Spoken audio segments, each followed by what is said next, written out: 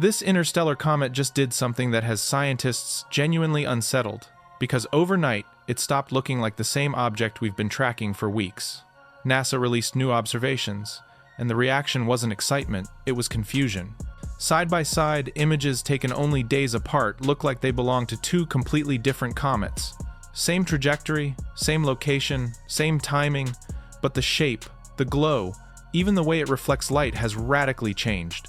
This wasn't gradual, and it wasn't expected. Something inside this object shifted fast, deep, and violently enough to rewrite everything we thought we knew about it. And the most unsettling part is that this transformation may not be finished yet. For weeks, this comet followed a pattern scientists thought they understood. It flared up, then settled down. It brightened, dimmed, then brightened again. Jets of gas shot out, shifted direction, then stabilized. Even its rotation rate changed, but all of it still fit within known comet behavior. Strange, yes, but not alarming. Astronomers believed they were watching surface activity slowly evolve as sunlight heated the outer layers.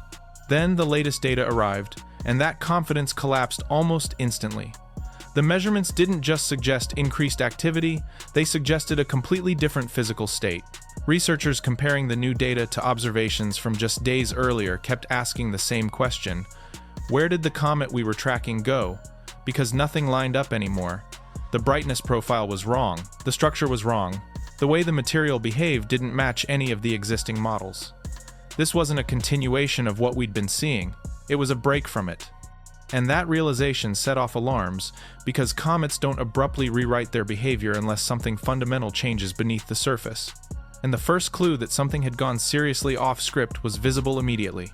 When scientists moved beyond standard visible images and began comparing different wavelengths, the situation shifted from strange to genuinely alarming.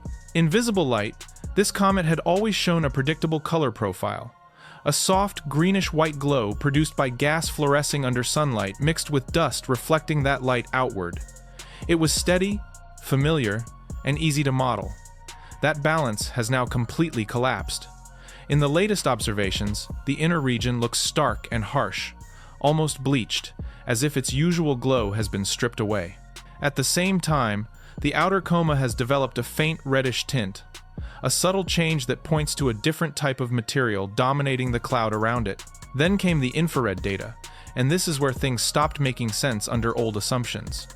Infrared reveals heat, and heat reveals dust size and composition. In previous observations, the warmest and brightest signal came from the inner coma near the nucleus, exactly where activity is usually strongest. In the new data, that pattern flips. The outer coma is now hotter and brighter than it should be, while the inner region no longer controls the thermal signature. That inversion suggests the comet is ejecting larger or denser particles farther out, while the inner region is dominated by a different, possibly finer mix of material. When visible light and infrared are examined together, the conclusion becomes unavoidable. The way this comet reflects and emits energy has fundamentally changed. These are not minor variations or observational quirks, they point to a shift in the actual substance being released from the nucleus. The dust and gas mixture surrounding the comet is no longer uniform, and it is no longer behaving like the material we were seeing just days earlier. That alone would be extraordinary.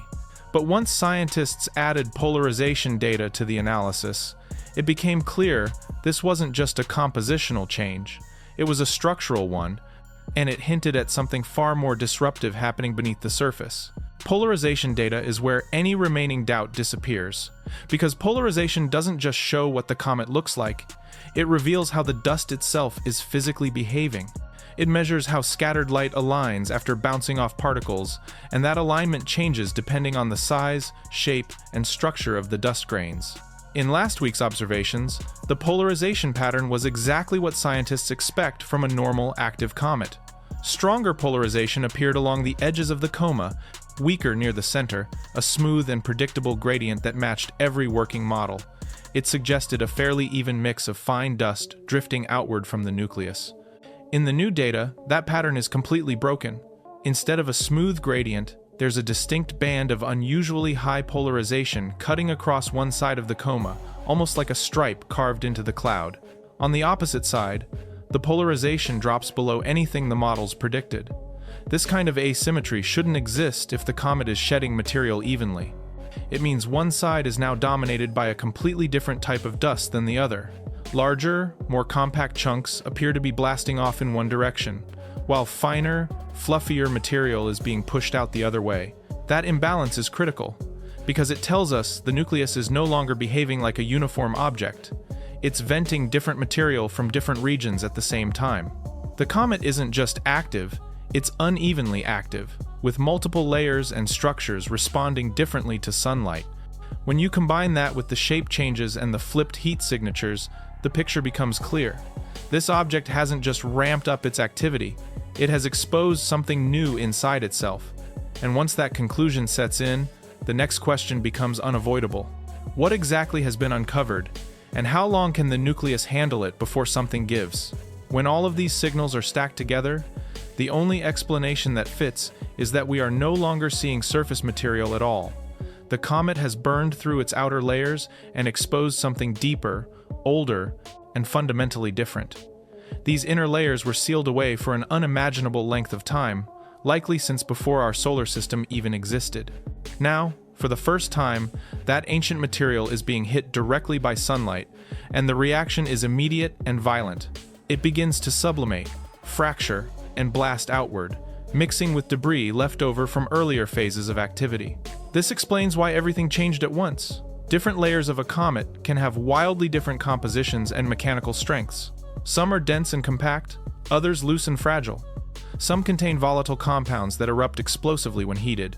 Others release material more gently. By exposing a new internal layer, the comet effectively rewrote its own behavior. New vents opened across the nucleus. Jets began firing in unfamiliar directions. Dust of different sizes and structures started dominating different regions of the coma. The stretched core and split tail are not random distortions. They are signatures of this internal transition. What makes this moment extraordinary is that we are watching material from another star system reveal itself in real time. This isn't just old ice and rock, it's a preserved record of conditions around a distant star billions of years ago. And instead of releasing slowly, it's being stripped away in a sudden burst of activity. But the most unsettling part isn't what's coming out of the comet, it's how fast this shift happened, because the timeline suggests something inside the nucleus crossed a critical threshold almost overnight. When scientists traced the timeline backward using the spacing of the new tail branches, the elongation of the core, and the abrupt shifts in light behavior, the result was unsettling. This transformation didn't begin weeks ago, and it wasn't a slow buildup that everyone somehow missed. It happened in days. Somewhere between the last observing session and the next, a new internal layer suddenly became active. That kind of rapid transition doesn't happen unless a physical barrier fails. A crust fractures, a sealed pocket opens, or pressure builds to the point where something gives way. This comet had been warming gradually as it moved closer to the sun, shedding layer after layer of relatively similar surface material. Those earlier layers behaved predictably. They produced consistent colors, familiar dust patterns, and manageable jets. What we're seeing now is different because the material being released is different.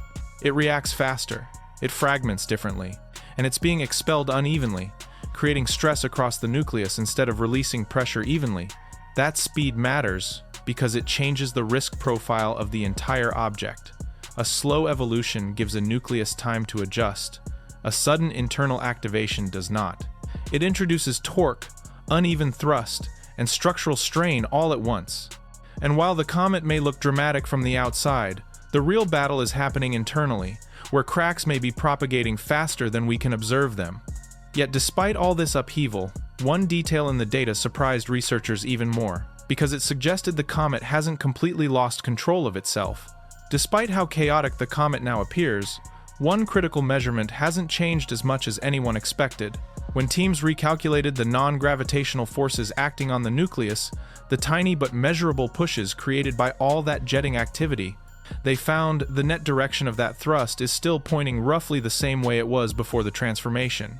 That detail matters more than it sounds like. If the comet's active regions had completely shifted to new parts of the surface, that thrust vector would have rotated dramatically. It didn't. What that tells scientists is that the main engine zones of the comet are still in roughly the same locations. The difference is that those regions are evolving, not migrating. Cracks are widening, layers are peeling back. Vents are growing larger, or new ones are opening right beside older ones. The activity is intensifying and diversifying, but it hasn't jumped to entirely new areas of the nucleus. Not yet. That creates an uneasy balance. On one hand, it suggests the comet still has some structural coherence. On the other, it implies that stress is being concentrated in the same regions again and again.